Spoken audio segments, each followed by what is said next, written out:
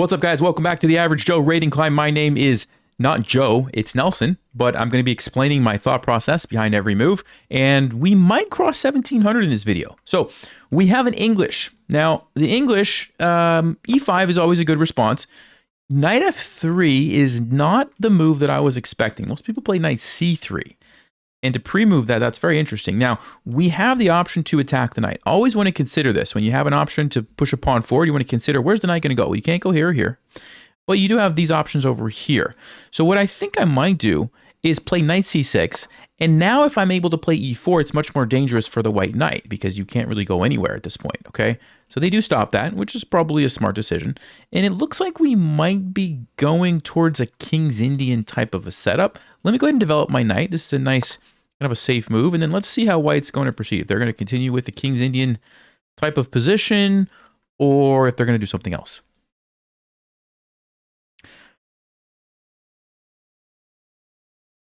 Now, normally in the King's Indian, I guess, the pawn's on d4. So it's not really the King's Indian. I should probably clarify that.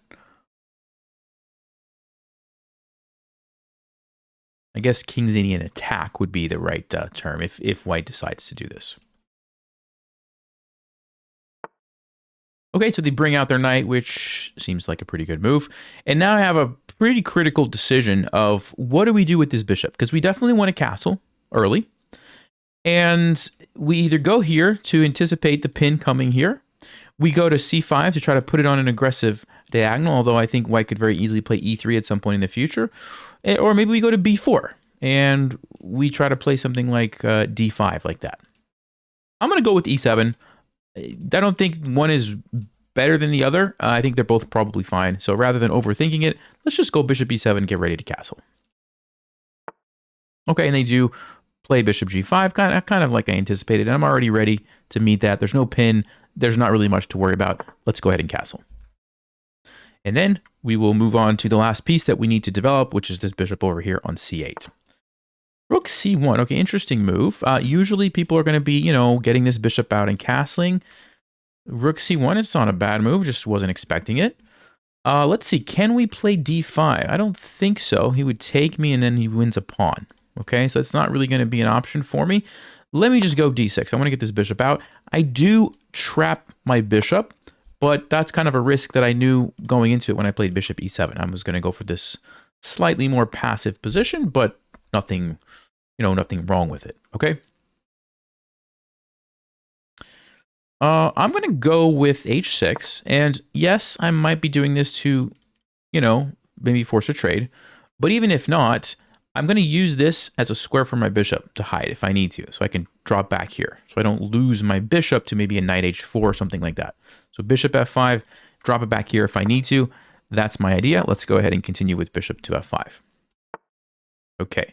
And I think I'm going to go queen d7 just so that my rooks are connected, in touch with each other, and we have maximum options, right? I can move this rook anywhere that I want. I can move this rook anywhere that I want. That's always a good thing. When you have pieces in between the rooks, they are very limited with where they can move. Also, it defends my bishop. Maybe there's some sort of a sacrifice on the king side in the future if he castles and plays h3. I don't know. I'm just, you never know. These batteries sometimes can be very useful. Okay, he's going to play h3. Now, he's not castled yet, which means he might be thinking, I'm going to play g4. I'm going to make him move his bishop. I'm going to play g5. I'm going to move my rook here. I'm going to attack this guy's king. All right, like that might be the plan. So let's just keep that in the back of our mind and make sure we're paying attention, because if we're not, we could get attacked and get into a bad position. All right.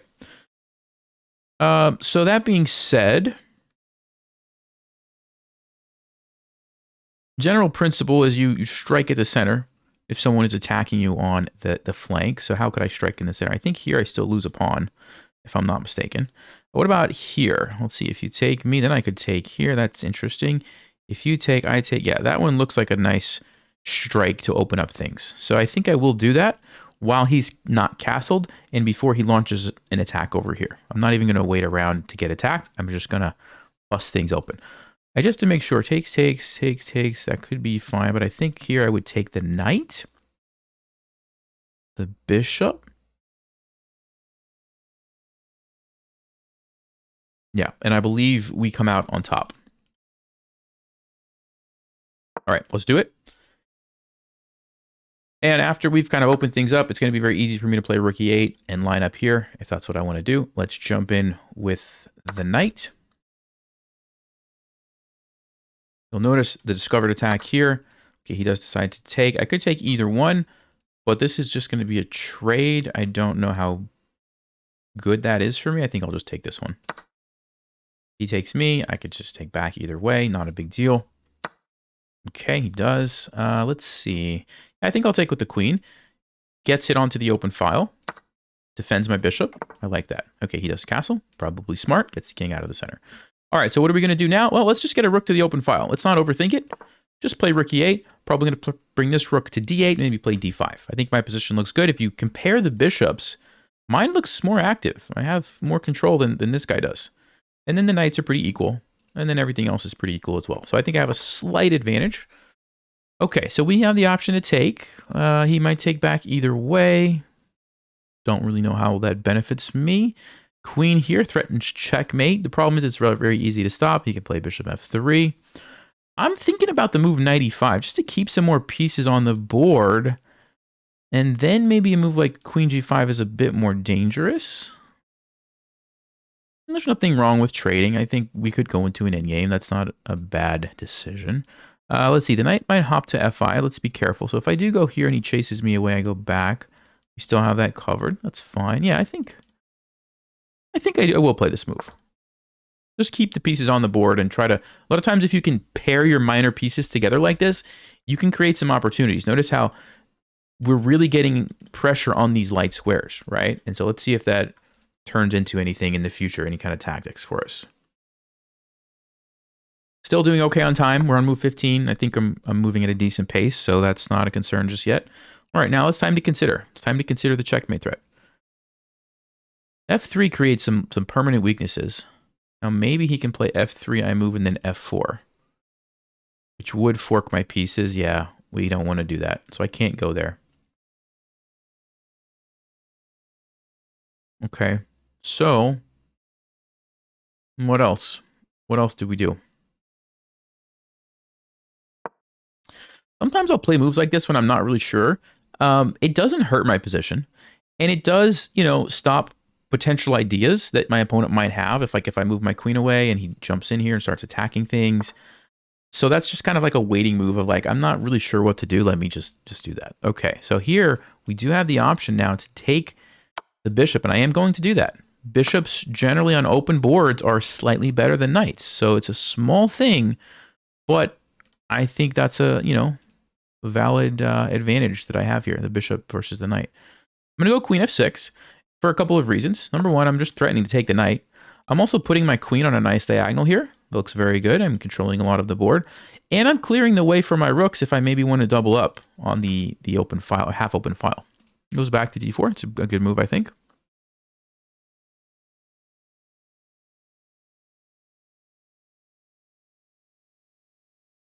So queen g6, f3, bishop d3, e4. My bishop, no, I would be hitting the rook, so he has to move. Yeah, this is interesting. I wonder if I should play b6 and actually just drop the bishop back here. That's also an idea. Because I want to go here. He's going to play f3. I don't have anywhere to move my bishop except to d3. I would much rather go to b7. All right, I am going to do that, I think. So my idea is this. Queen g6 threatens checkmate. He's got to play like f3. I guess you could play knight f3, but let's just say for a second f3. Okay. And then I was going to say he creates weaknesses on the dark squares. All right, so he's attacking my bishop. It's not really a big deal. It's defended, but I still think I'm going to drop this guy back. Although that does give up the f5 square, which I don't know that we necessarily want to do that. No, I think it's fine. I think it's fine. So I'm going to go here, and I want to actually use this for my rook. I'm going to go rook e4, rook e8. And this is a very nice long-term, you know, diagonal to just keep it lined up on the king. And then if we pair that somehow with a queen or a rook coming over, we might really get some attacking opportunities. Okay, yeah, I think now it's probably the moment. Let's go with rook to e4. Clearing the way for this guy. Drops back. Let's make sure there's no threats. I don't see any. And here we go. So this is a nice battery with the rooks. I am going to pick up the pace a little bit. Now we're down on time quite a bit. So let's try to speed up just a bit. Still have to make good moves, obviously, and can't blunder anything. Drops his knight back to f3. Okay. Almost wonder if I can go invading here with my queen. There's rook d2, though. So it might not be a good decision.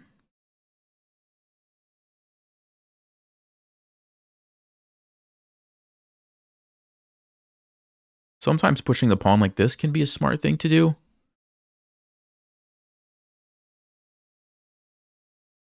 No, let's just poke at the pawns a little bit here, because if we play a4, he obviously doesn't want to take. It totally messes up his pawn structure. If he pushes, he loses a pawn. If he lets me take, then maybe this is a target for me and my queen can invade. So that's what you want to try to find moves that maybe create weaknesses in your opponent's position, but not at the cost of creating weaknesses in your position, right?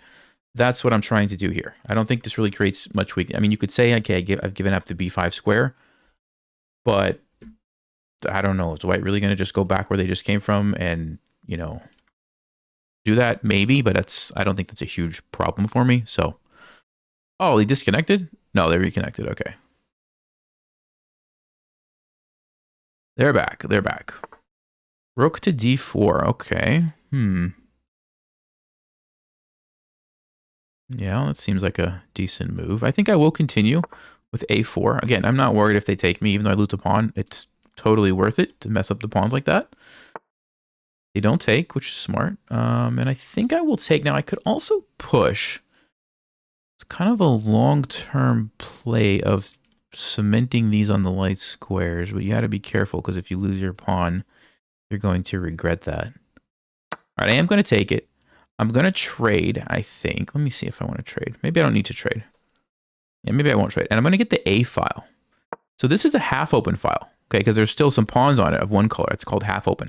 This is a fully open file because there are no pawns. So this is more valuable than a half open file.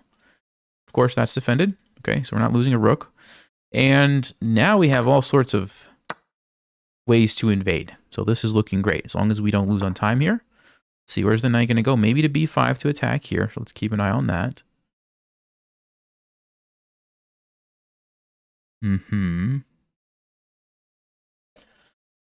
Yeah, do I want to worry about that is the question.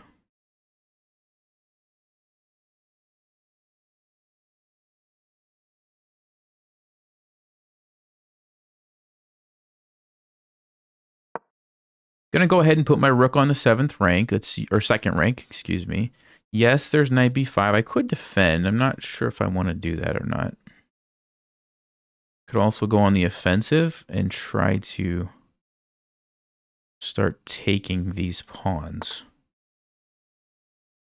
Okay, he wants to go check and take this.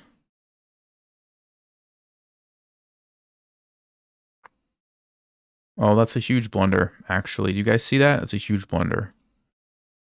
He forgot about this. Yeah, he just forgot about it. I almost missed it. I almost missed it because I was a little bit worried about that, but now it's just over. So he's going to move his king. Let's see. Do I take with the... Yeah, we take with the queen. We're going to force a check. He has to take. Then we have the king trapped in the corner. Yeah.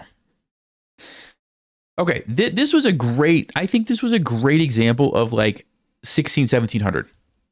And I'm going to tell you a story. When I was about 1700, I would play against like 2,000 rated players. And the games would look something like this, where I would be right there with them, playing great, having good positions. And then at some moment, I would just like, I forgot about that. And I just blunder something, right? And part of getting from 1700 to 2000 was recognizing like, look, Nelson, you have to play every single move of an entire game without making a big mistake like that. I bet if we look at this chart, let's take a look. I bet if we look at this chart, it was relatively equal for most of the game. That's what I'm going to expect that we see. Yeah, it exactly was. That's what 1700 players are capable of doing a lot of times.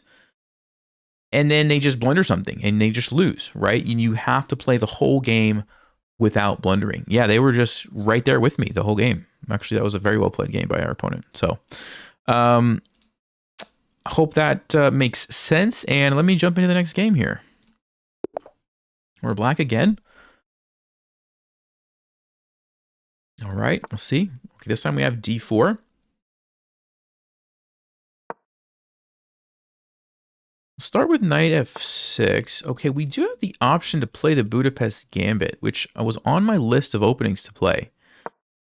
And I have not looked at these lines. Ooh, okay, that's not, they're supposed to take you. What is this? F3. All right, let's just start with our options. Option number 1, we push. It's pretty annoying, I think, for white. So I kind of like that. We could also take, they're going to take. That's an interesting position as well. But no, I think we should push. If they're going to just give it to me easily like that, I don't see a good place for the knight, because you don't want to go here. You're going to get chased. Yeah, you don't want to go here. You're going to get chased. So you have to go back, which is awkward. This might be a moment where I will play the move e3. This is, yeah, I'm going to do it just to illustrate. Okay, this is a very, very nasty move that you should keep in mind. Okay, the reason this is such an annoying move is because if the knight moves, well, then I'm going to take here with check and lure out your king. That is very bad for white. Okay, very, very bad. You can't castle, your king is exposed, right? But if you take, which you kind of have to, you now have your bishops totally blocked by your own pawns, which is usually a rough place to be, all right? So my goal is to not let them easily play e4 and e3 and just let their bishops out, okay? So I think I'm going to play d5 here. There's also the weaknesses that we create along this diagonal that I have to keep an eye on. Now, knight g4 threatening here doesn't quite cut it. The knight just moves to f3, unleashes the bishop. I don't think we do that. Yeah, I definitely think we have to go d5. Make sure they can't play this. Of course, they can take me. And then I'm debating, do I want to even recapture that? Or do I want to instead go for some kind of a tricky... Okay, they play g3. Interesting. I wasn't expecting that. So, a lot of the times you can play h5, h4, and just really undermine this pawn. Okay, because normally you would have the support of the f pawn. So even if you get here and take, they just recapture. But in this position, if I get here and take, this is extremely weakening on the king side. So this definitely a clear plan. Also, moving my bishop to line up, maybe then we can think about jumping my knight and sacrificing. Knight here, take. Ooh, yeah, that looks extremely good as well. So the problem with bishop d6, I think, is c5. I think c5 would be a problem for me.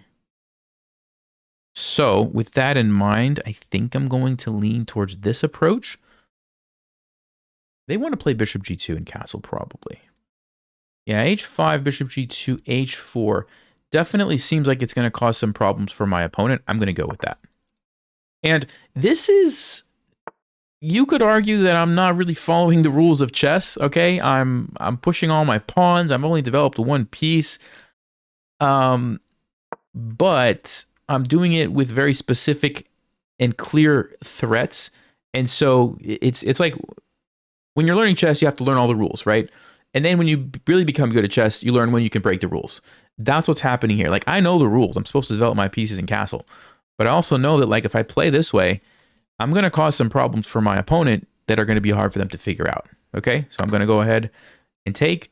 I'm probably going to trade these guys off, and I have totally... Look at the king side. I have obliterated the king side. White's not going to be castling here. I'm not either, but this is very weak, okay? And now I'm going to go here and look at this pawn. And if my queen somehow gets over there, that could even be just checkmate, right? So did I break the rules? Do I have all my pieces sitting on the back rank? Well, yes, I did.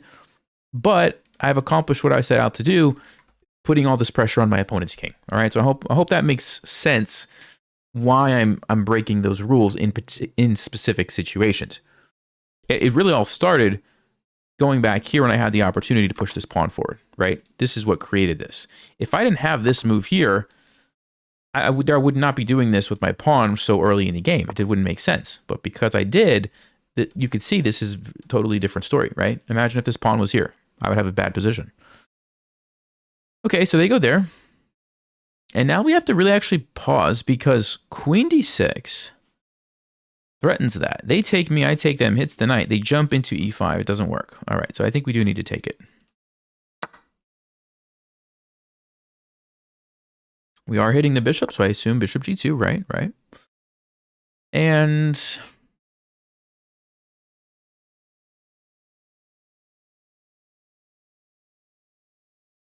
the question is, how do we get on this diagonal? Do I need to get rid of the knight so that I can put my knight back on e4? I think I do. So I think what I'm going to do is pin the knight. He's going to go bishop d2. I'm going to take it. He's going to take back. I'm going to plant my knight on e4. Okay, I'm not going to have enough time, am I? He's going to have time to get his queen out and castle. That's what I would want to avoid. I don't want to let him just castle. So let me just pause for a second here. What if I go with bishop d6? If you take me, I can now go back with my knight, and I'm ready to come in. That's extremely dangerous. Yeah, this is we have to do this very carefully here. This is a very critical moment in the game, I think. Also bishop e7 to h4, but something just doesn't feel right about that. Maybe it's good, but I just don't think I trust that. c6 seems... I mean, c6 is not awful either. Just supporting so that I can recapture here, and then my knight can go to c6. I mean, that's reasonable as well. And then if we go bishop d6, c5, I always can drop back. I do like that. So c6, bishop d6, bishop b4 is okay. I just think he's going to have time to move his queen before I can get my queen over there. And then he castles. Yeah, we don't want that. We don't want that. All right, I think I might go c6, bishop d6. I guess he's still going to be able to castle, huh?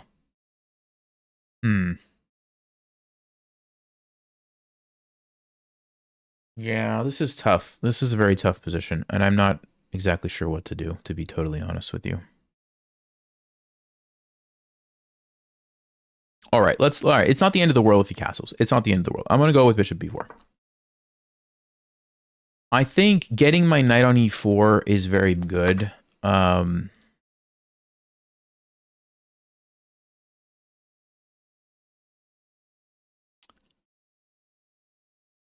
Okay, I guess we just take that. Wasn't expecting him to take there. We just take, yeah. Of course it's pinned, and if he blocks, I'm going to just trade this. If he goes for the fork, I always have knight c6. Okay, that's important, little detail. And if he moves this knight somewhere, let's say h4 to attack me, then I'll just move my queen. Oh, interesting. So he is attacking my queen. So we do have to take this. But then we're going on the offensive. Yeah, this is not going to be good for him, I don't think. Knight to e4. Look at this. Look at this. Okay, so how do we get the king? How do we get the king? I mean, I could take a pawn, but I don't want a pawn. I want the king. I want the king. Here, here, here. He's got queen e1 though. Check. I don't think that does anything. Queen h5, bishop h3. Uh-huh. Oh, yes. That looks good, doesn't it? Queen h5, bishop h3. I like that. Could also just bring my other knight over. That also looks very good. So queen h5. What if he just attacks my knight? I guess I have bishop f5 too. Yeah. Okay, so let's do that. Let's do that. Queen h5. We're threatening maybe bishop h3. We might go bishop f5 instead to defend our knight, depending on where this queen goes. I might also... I don't know if I would go check or not here. Yeah, he does. Yeah, I think we go bishop f5 now. And now we're threatening check, and it's much more powerful. So this is a threat. He's probably got to move his queen away, and then I think we just develop.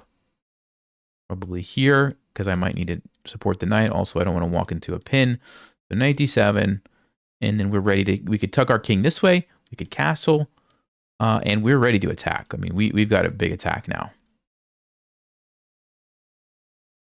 So I don't know what white's going to do. And you'll notice this bishop, cannot come into the game, and it has to do with that pawn sacrifice that I made way back at the beginning of the game, right? You can just see how annoying that is. He wants to take here. Do I care? I don't think so. I think we just go on the offensive. But if I go here, he takes, let's say rook d8.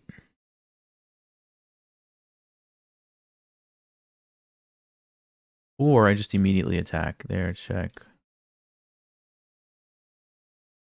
Maybe it's too much to give up. Maybe it is. So I'm going to go ahead and go here just so that I can save my rook. I don't want to lose the rook at the moment. So I think I'll go rook d8. It just seems like it defends my king pretty nicely.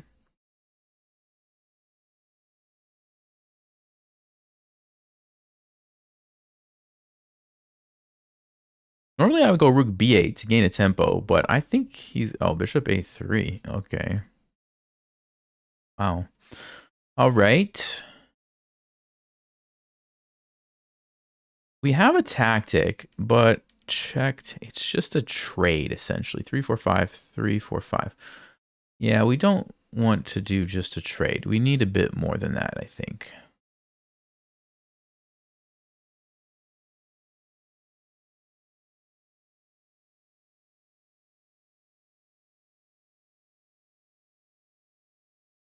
Well, since he let me, maybe I will castle. I wasn't going to, but since he let me do it, I think I actually will. And yes, there's rook b1, but no, we actually have this move. He doesn't have rook b1. Oh, well, he's going to go for it. Okay. I don't think that's the right decision.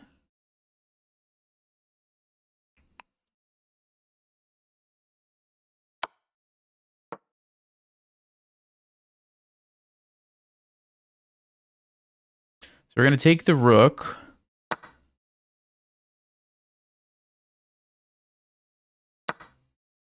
Okay.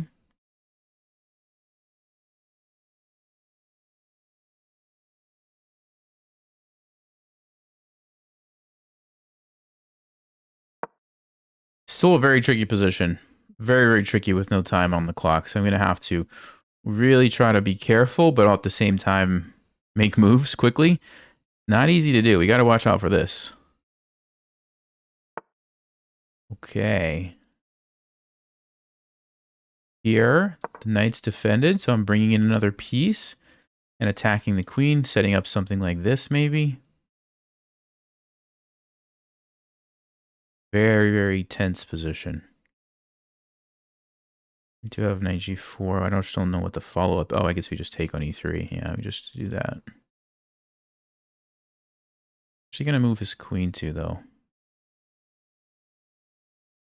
Probably has to go back somewhere, right? If he trades queens, I do have the material advantage, but this is not an easy position. The bishops are powerful on an open board. Bishops are very powerful, actually. Okay, we go with the check.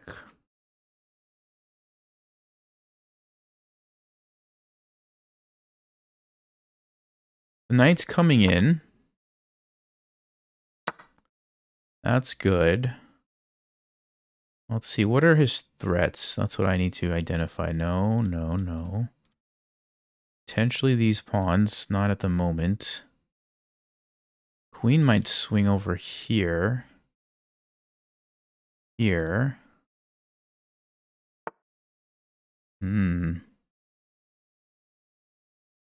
Is that a good move for him?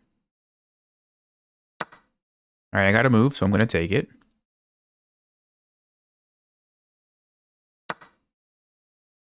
Okay. Let's go here.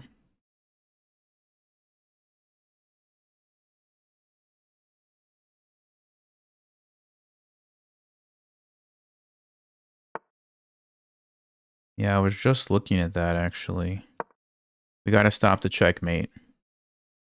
Here we have f5 to defend the knight. Check, he just runs. He just runs. Okay, let's defend their knight. White's playing good moves, so Unfortunately, let's save the rook.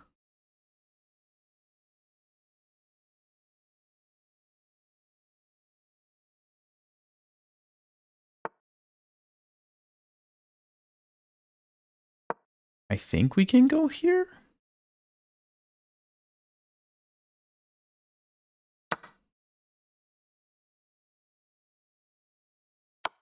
Okay, we're going to an endgame, which is exactly what I needed so that I can move faster without getting checkmated.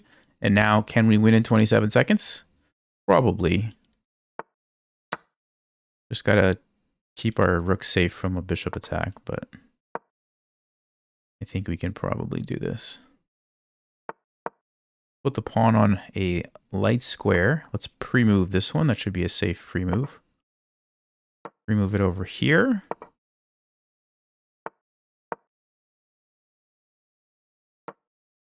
Kind of have to look, when you're this low on time, you kind of have to look for moves that you can pre-move and just go for it. Because if you spend too much time, obviously you lose. So that's why it's important that my pieces are on light squares so the bishop doesn't attack them. And now, okay, that's fine. Now we can push this. Yeah, should be plenty of time. Yeah. Surprised they resigned, but okay, that they played very well, I think, in that middle game. So tough game. Let's take a look. How well did they play? Yeah, okay. Some mistakes were made by both sides there. Let's see what Stockfish thinks about my pawn sacrifice. That'll be interesting to see. Okay, it likes e4. And it says the best move is c6. Getting ready to play d5. Okay. Yes, usually Stockfish doesn't love this kind of sacrifice. But you will notice it's not terrible. I mean, we go from 0.2 to 0.2 advantage to minus 0.6 for us. So, I mean, it's a small advantage. But practically, it causes a lot of problems for our opponent, I think. d5. Yeah, h5. Stockfish likes that one. h4. Yeah, so Stockfish likes my idea of just creating these weaknesses. Ah, okay. So pushing to force the bishop back is, yeah, that actually makes so much sense. Because not only did we stop it from coming out this way, we've got these pawns stopping it from coming out this way, which means essentially this bishop is never coming into the game again, right? And Stockfish says you can just play knight c6 or take this pawn. And I mean, if white tries to do this, they have to be willing to give up, first of all, one pawn. And then if they try to let the bishop out this way, they just run into all sorts of other problems. Bishop b4 check. Yeah, it's just a good position for me. All right. So I didn't see that. h3 was a nice move there. That being said, this is still a pretty nice position. Queen d6. So I'm curious what the idea was after the knight jumps in. Ah, just attacking it. Just attacking it. Very clever. And if they try to chase you, you've got a little tactic. Ooh, Stockfish is so clever. It's so, see, that's what I wanted to do. I just didn't see that. Queen d6 instead of bishop d6. I just couldn't get out of my mind that actually bishop d6. Why didn't I play that? Why didn't I just play bishop d6? Because knight e5? Is that why I was afraid of? It's still knight b d7. Anyway, I don't know. Let's go to the next game. I don't want to get too caught up in that. I want to get some more games in, see if we can get 1700. But yeah, a good example of what that pawn sacrifice can do. Oh, 1777. Let's play e4 and see what we can do here. Okay, against this one, I don't remember what I'm supposed to be playing. Let's try knight f3. And we could do a Ponziani. Ponziani is a pretty good opening. Nachmanson Gambit also is very dangerous. Well, there's always the Halloween Gambit. Let's, I'm feeling a Nachmanson Gambit, guys. So we're going to go with the Scotch game again and turn it into a Scotch Gambit. Okay, I like to do this move order. And usually they'll play knight f6 and we'll castle. Some people go with the bishop check, but knight f6 is, ooh, h6. Why does everybody play? Everybody's playing this. I feel like we've seen this exact line. Like how many times? in this rating climb have we seen this? They're so afraid of knight g5 that they just play. It's just weird. It's so weird. It's not really a great move, I don't think. Anyway, the drawback is they're not developing pieces, so we just keep developing quickly and look for those opportunities. Let's go knight c3. Because what you have to realize is, yes, they stopped, they stopped bishop g5, they stopped knight g5. There's a lot of other squares on the board where I can develop my pieces to, right? Like f4. Now I'm ready to castle. Now I am ready to, and again, another kind of wasted move, right? So let's do it. We're castled. Oops, sorry. We're castled. We're ready. The attack is coming and black is behind. They've got to develop quickly or they're going to be in big trouble. So I really don't agree with these moves. There are exceptions. There are certain openings where it makes sense, but the Scotch Gambit, it's just not one of the times. So I don't think this is the way. All right, if we take, you'll notice the weakness is over here. Very good. I like that. We can take and play e5 quickly. Take back with the queen, unleash the rook. Looks very, very dangerous. If they don't take and they move, we take here. Also just busting open the center. That looks amazing. I don't even know if I have to calculate anything else. I mean, knight d5 is another option, but this just looks really good. So we take, we push, and it's very simple. We want to bust open the center because we are castled and they are not. We are ahead in development and they are not. It is literally that simple. And when you can do moves like this with a tempo, it's even better for you, right? And black, I can tell you already their position is about to fall apart. It's going to be like one or two more moves and it's going to fall apart. And it's because, look at the king, look at these weaknesses here. Look at the rook. I mean, look at this. This is awful. They can't support themselves. So we just have to find the best way to continue. Now, of course, a pawn is a pawn. So nothing wrong with taking a free pawn and maybe just going into an endgame up a pawn. I feel like we can do better. I really do. Like maybe just bringing this rook, threatening to take here. Seems like it could be a bit stronger. Do we have anything else? Yeah, I think we just start with this. Because as soon as I do this, right, it just kind of frees up their position. And their bishop can come out, then they can castle. And yes, I'm going to be up a pawn, maybe two pawns, but I want more. So I'm going to go here. And this is something that if you play with Stockfish long enough and you use it to analyze positions, I've noticed that it does this a lot. Where it's like, you look at a position like this, you're like, oh, I guess I should take the pawn. It's a free pawn, right? And then Stockfish is like, no, you need more. And it brings another piece. And it's like, whoa, okay, all right. So I've kind of learned over time to like, unless it's a very, very big deal, like a piece or a rook or a queen or a checkmate, a lot of times Stockfish's default plan is like, no, bring another piece over first. And then maybe you take something. All right, king f7. So he is defending. The question that I have is, do we have a way to bust through? So knight e4 looks like it's just a simple trade. I don't think that really helps me. We can't go there. We could try to throw the pawn, but no, he can't take because of queen h5. So that's a nice little tactic. So we could play this just to try to get our bishop on g5 and open up the king a little bit. Don't see much else. So, I know I said like look for more. Sometimes you just don't see anything more. And in those cases, I will take the pawn. I will take the pawn. So I tried to set it up. I just don't quite see it. I'm going to take the pawn and move on with the endgame rather than waste all my time. We'll check with Stockfish to see if there was something more powerful. But still, a pawn is pawn is a pawn. We have a great position. And let's just play on. So I'm going to go here. Why am I going here? Well, two reasons. I want to make sure I'm not in trouble if the bishop comes here and pins me. Look at that. I'm fine. Also, I might take here with the idea of invading on the 7th rank. That looks very good. So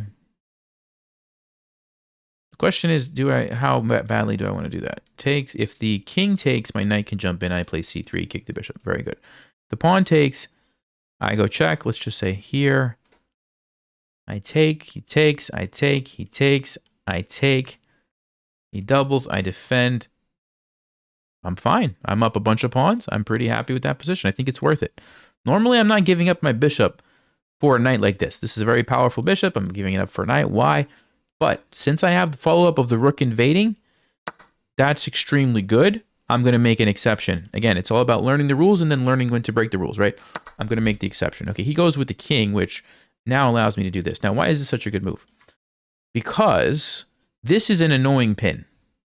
Even if I go here and defend, he's going to take, and then he's going to take, and he's going to totally ruin my pawn structure. And now it's like, can I really win this game? Yes, I have 3 against 2, but if they're really bad, ugly pawns. What I'm going to do instead is gain a tempo with the check on the king to give myself time to play c3, kick this annoying bishop, keep my pawns 3 against 2, and I'm happy. And then I'm much more confident going into the endgame with these 3 healthy pawns versus 3 bad pawns. Okay. Also, we might even get lucky. Yeah, I was going to say, you might even get lucky and walk into a fork here as well. So if I do that, takes. We force a trade of those pieces. Also get pressure on this. And here, looks very, very good. c3, if he goes here, boom, he walks into the fork. If he goes here, boom, we could still play it and we get this move for free. So the question is, do I want this move or not? I think the answer is yes, because I think that is a useful move. Gives my king a few more options, takes away any pressure from the rook. I think I would rather do that, even if I end up going here next, which I think I am. Could also pin it and attack here. Ooh, that might even be better, because let's think about this. We're threatening the fork. We're also threatening the pawn. Now, that's very good, isn't it? This is just nice and simplifying, though. Simplifies the position. Now, I think we should go rook d7. This seems like a more powerful move. Let's go rook d7. Okay, so the immediate threat is knight to d6 now with a fork, taking advantage of the pin. You'll notice how multiple tactics come together, and you get these nice combinations. You've got a pin, you've got a fork, boom. Also an attack on a pawn. So he's probably got to play rook b8, I believe, because you need to defend your pawn, and you also need to get away from the fork. We'll see if black can find that move. They do. All right. So they are kind of tracking with what's going on with the position. That being said, you can still just go here and take the pawn. So, yeah. You can also go here. Ooh, because it's pinned. Yeah, that's pretty good too. All right. Let's just go with the check. Go with the check. Grab the pawn. And I can't take with the rook because I would lose my knight, okay? But I can take this way. I'm just scanning for tactics, for ways that I could potentially lose a piece. I just don't see any. So I'm going to go ahead and take it.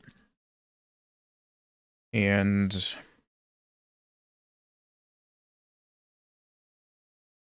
you know, you can even see at this move 22 in this endgame, you can even see how black's pieces never got the opportunity to get into the game as like mine did. And I have to remind you of those moves, h6 and a6. And you really, really, really have to strongly consider, is that the best use of your time early in the game? Sometimes it is, sometimes it's necessary, but a lot of times it's not, and there's much more powerful moves, right? Rook c8, okay.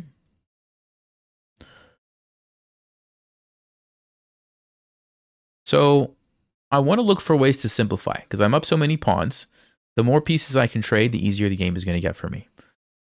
So I'm thinking we go back here. That's defended if he takes. It attacks the rook, and it also repositions my knight. Maybe I'll jump back to e4. It's kind of awkward over here. I got my pawn. I'm happy now. I want to get back to a better square on the board. Something like e4. e5 would be a good square for the knight too. Like, let's just see where we can end up in a few moves here. He's got to move his rook, obviously. Yeah, I like this one. And then maybe... I'm still debating. Oh, he just takes it. All right. I'm very happy with that. We've got this. we also have this pawn, and it's just an easy game at this point. Okay, we just have to find a way to force some trades. Even if we don't force trades, just push the pawns. We're going to win. We're totally going to win. Let me go with a4. Just start the march. Here, I'll probably just put a stop to any shenanigans with that guy. Maybe I'll put my rook here. Just to defend everything. No reason to do anything fancy. And then we start pushing. Let's go b4. I'll probably tuck my king somewhere.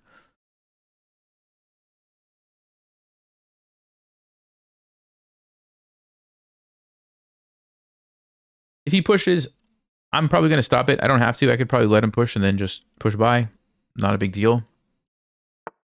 But I don't even think I need to. Okay, he's going to try to do something else. I'll just move my king up, not let the rook come in. Make sure I have everything under control. He can't even go here because of this guy. And so what do? And just keep pushing. Does it matter? I don't think it really matters which way I do this. I'll go here.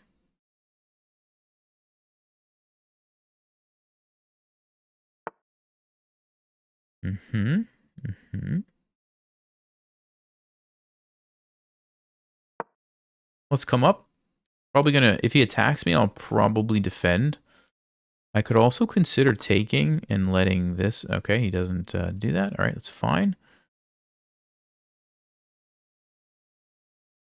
All right, I'm going to put my rook here and push this pawn up here so it's defended when he attacks. There you go. Now my king can come up, and I'm just slowly but surely marching these guys down the board. Barring some crazy blunder, it should be an easy win. Let's go a5. And I think I'll swing over here with this rook to get out of the way of these pawns.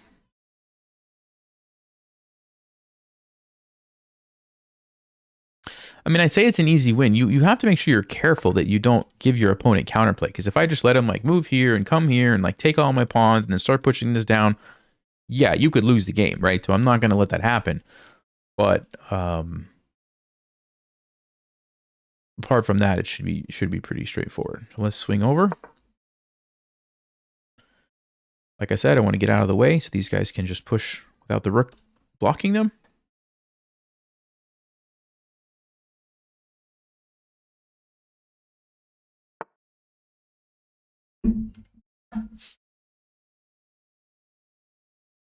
Okay, so he's attacking me. I'm going to come back and hit the pawn. Now he doesn't have a way to defend it. So we just won another pawn.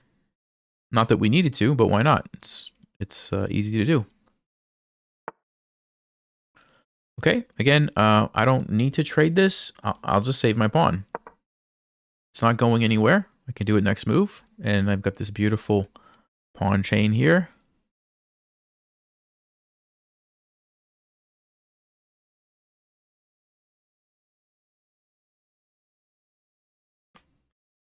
Two minutes should be plenty of time. We go back. All right. Let's take it. Make sure we take it with the right rook so that we don't end up losing a pawn. We can pre-move the recapture there. No, he doesn't want to. All right. I think I will just go ahead and take everything. Why not? No reason to not take that.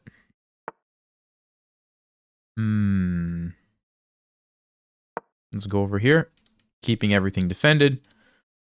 Taking all the pawns.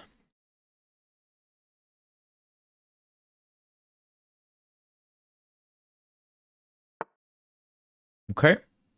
I'm going to use my king to support these, so I'll just come up a little bit. Now I can push, and this guy's defended. I won't lose it. He's trying to take here. And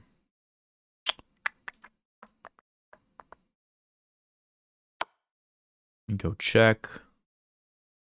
I want to give myself options to maybe skewer the rook. So I'll show you a little trick here. We'll push this. It looks like we blundered a pawn, right? Yep. But actually, watch this. I'm going to go check, check, and win the rook.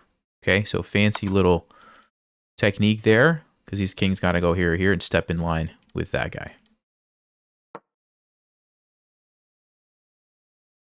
Of course, you don't have to. I mean, you could win this game without doing these fancy tricks. I'm just. It's there. Why not, you know? Almost a stalemate trap if he sacks, but it's not stalemate because he can go there. So, no problem. Let's push it again. Okay, let's go here and get ready to push it again. Maybe I bring the rook over and try to checkmate his king, depending on what he's going to do.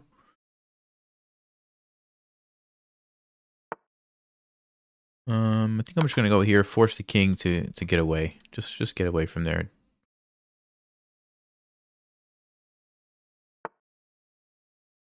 Okay, we push, and we're almost there, guys. We're almost there. It's taken a while, but the end is near. Okay, there you go. All right. Good game. Let's check the review here.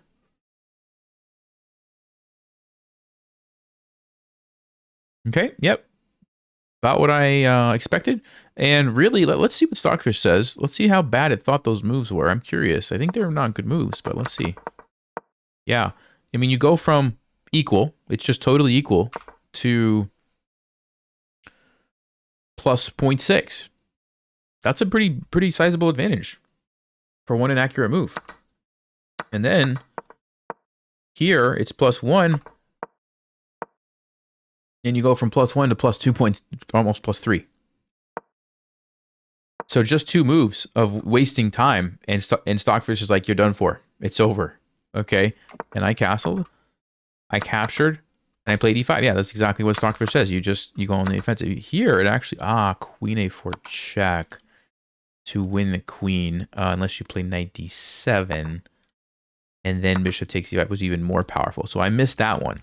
Going queen a4 check was even better than queen e5. But even still, queen takes e5. I'm still in a much better position. Not as good, but again, you got to be really careful playing those moves. All right, I think we have time for one more game here, guys. We did cross 1700. Average Joe was 1705, and let's finish off with one final game here. Okay, against e4, I'll play e5. I'll play e5. I think most people play e5. Okay, bishop c4. I've told you before, I like to play knight f6 against this. I don't like the queen even getting anywhere close to me. Aha. So this, we can take it. And we might be going into what's called the Frankenstein Dracula variation if white decides to go for queen h5. This is a very interesting opening, and I would love to see this. I don't know if our opponent is going to know that, unfortunately. They might.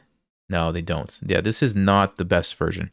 Queen h5 leads to some very interesting positions. Look it up, Frankenstein Dracula, if you want, but this is going to be good for me. I can just tell you.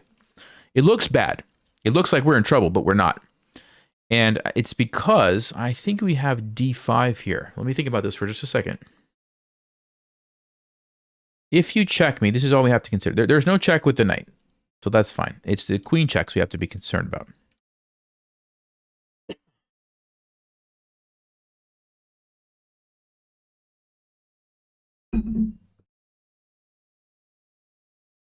g6 takes, bishop g7. Now, then there is knight g5. That might not be... Check. Let me think about this, guys. Just want to make sure I get this right. I feel like my instinct is telling me it's... Queen h5. You don't play g6, you play king g8. There you go, there you go. And if he takes, you take here. Everything is covered. Yes, I'm pretty sure this is it. Oh, wait, let's check queen f3 one time. Back here. Knight comes over. No, you can't. Yeah, this is it. All right, so you play d5. It looks scary, but what you have to realize is they've given up their best attacking piece, the light squared bishop. You are going to have total control over the center, and you have the bishop pair. And so unless they're able to come up with some attack immediately in the next couple of moves, and there's not, if you know what you're doing, you're just going to be fine. All right? So now we just go back to g8, I believe. You can't go knight g5, or I'll just take it. Actually, no. There is some traps here. There's some traps here. We have to be careful. So you could go knight g5. Wait a second. Do I have to go king e8? No, I don't think so. I think it's king g8. Knight g5.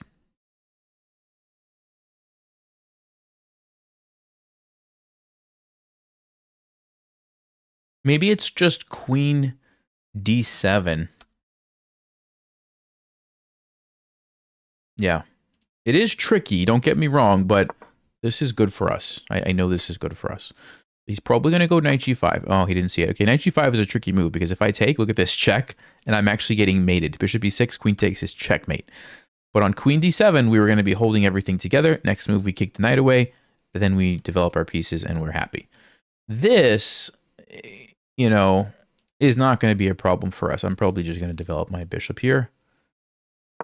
Now we have control over the light squares. We've got a huge center, and we are quite happy. Let's play knight c6. Very good. Look at this. We've got total control, and it's borderline winning for black at this point. Okay.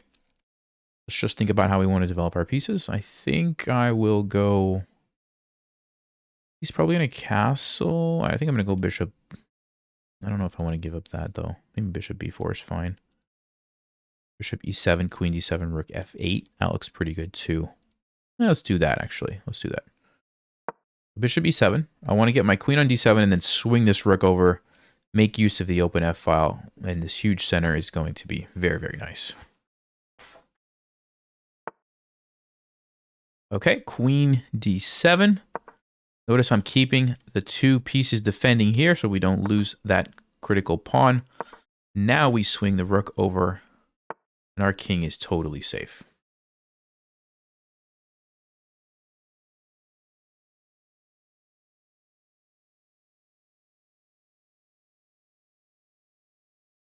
All right, so I guess... What do we do here, guys? Bishop d6 is interesting because we maybe are threatening e4. Bishop f6 just looks like a very nice square for that bishop, though. I think I'm just going to go to f6. Okay, he wants to trade. Not a problem. Not a problem. I'll go h6. I'll force the issue. I'll recapture with the rook. Probably tuck my king, double up the rooks, and it's just like I castled. You won't even be able to tell that I didn't castle. F4. Okay, now we need to be a little careful. Let's see what's going on. I think we just take it. Although, I could also play queen d6. Now there's knight b5. I could push, takes, takes, takes. I don't think that really makes... Yeah, we probably need to take. So here's what I like to do a lot of times, guys. I will take, and when a knight jumps in on me, I just drop my bishop back, and you'll notice everywhere that that knight is trying to move, I have controlled, right, by my bishop. Super nice square for the bishop to be on. Very good. Let's see. Do we go queen d6 now? It's this guy? No, I think we got to go here. Because we need this rook to come into the game.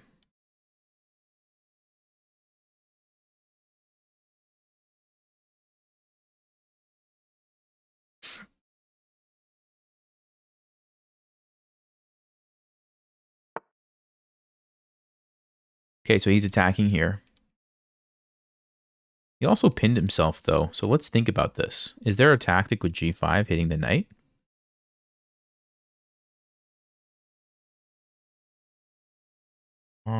Is there a tactic with g5? Wait a second. Knight here. Takes. You have to take with the queen. No way. That actually works for him? Wow. All right, hold on. g5 takes. We could take with the rook. Takes, takes, takes. Then he gets two pawns. That's questionable. It's probably still good for me, but I don't know if I need to risk that. We could go knight d4.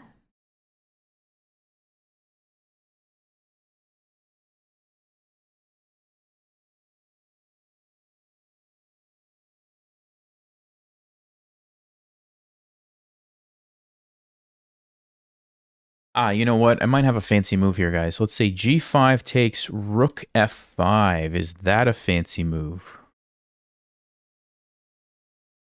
He's got queen e4. This position is very interesting. Oh, bishop takes.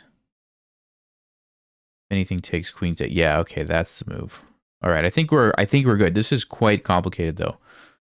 I'm just trying to make sure I'm not missing anything, but I believe we can go G5. And on this, I think we play Rook F5. I think we play Rook F5.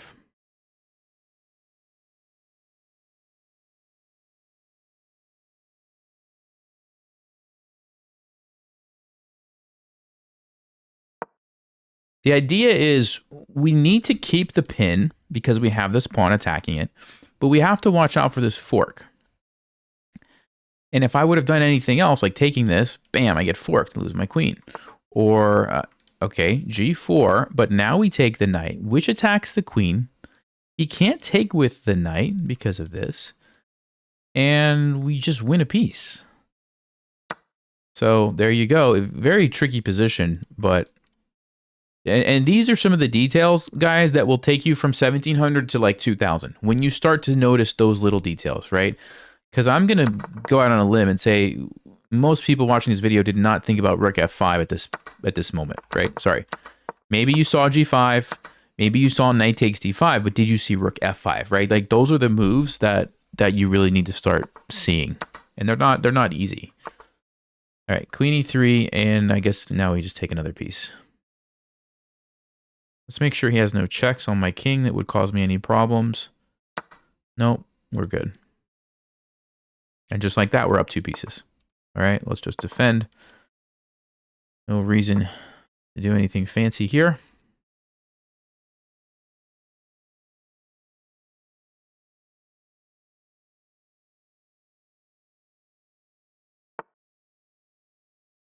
And because I'm ahead 2 pieces, I'm going to, well, I was going to say I was going to trade, but that's not even a trade. That's just a free rook. But even if it was just trading, I would absolutely trade everything.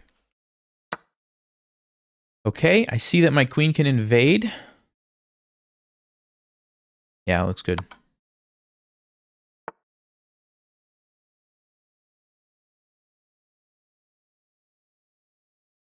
So the first thing I do is look for like a, a tactic where I can checkmate or win the queen.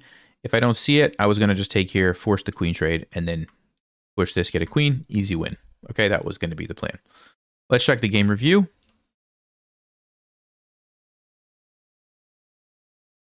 Yep, okay, 91. Yeah, great game. So let's look at the opening briefly. I do want to point out this Frankenstein Dracula and talk about the line that he actually played in the game. So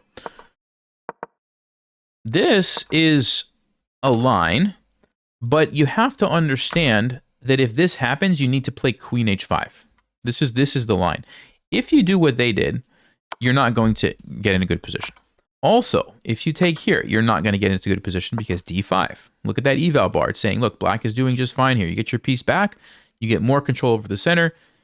You get your bishops unleashed. Everything is good for black. Black has no problems, okay?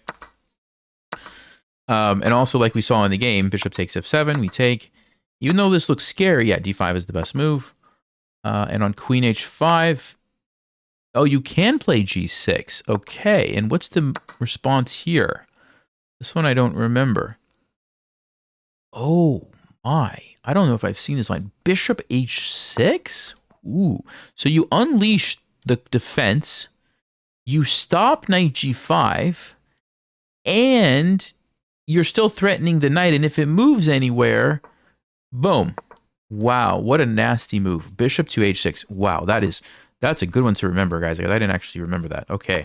So the point is, it's good position for black. And there's some very tricky tactics there, but it's good for me. Queen F3, King G8. Yeah, if he would have played Knight G5, by the way, this is what I was showing you guys. If you take here, you just lose. Thank you very much. Checkmate. Okay. You got to watch out for that. But yeah, Queen D7 is what I was going to play. Yeah, best move. You just defend everything. And then you kick this away later, and then you develop, and you're fine. All right. Let's go back and talk about the Frankenstein Dracula. So if white knows the theory, they will play Queen H5. Now, Queen H5 is immediately threatening checkmate. I cannot take this knight, or I get checkmated. Okay? So what I would play is knight to D6, which defends and attacks the bishop. They can just go back. There's a line where they can take here and just trade everything if they want. That's just kind of equal, but this is the interesting line. They go back. I develop and defend. And then they play this move, knight to b5. And the point is that if I take them, again, there's that checkmate, okay? So I can't do that. What do I need to do instead? Well, g6. I have to get that queen out of there. Then they go back here, and it's the same thing. They're threatening to take me with check, by the way, and checkmate me. So I can't ignore this. I have to deal with this threat. So f5, stopping it again. Guess what they do? Queen d5, again, going for this checkmate. They're so annoying with this queen, right? So what do? Well, I have to permanently defend this. There's two moves. You can go queen e7 or queen f6. I don't know which one's better. I think I usually play queen f6. And then you will notice by playing that, I've given up a fork. But this is part of the line, okay? So they take you with check. You move, they take your rook. What you will notice is the knight is trapped, okay? You can't go here or here, or you're just going to get captured. So you play b6, bishop b7, you take back your knight.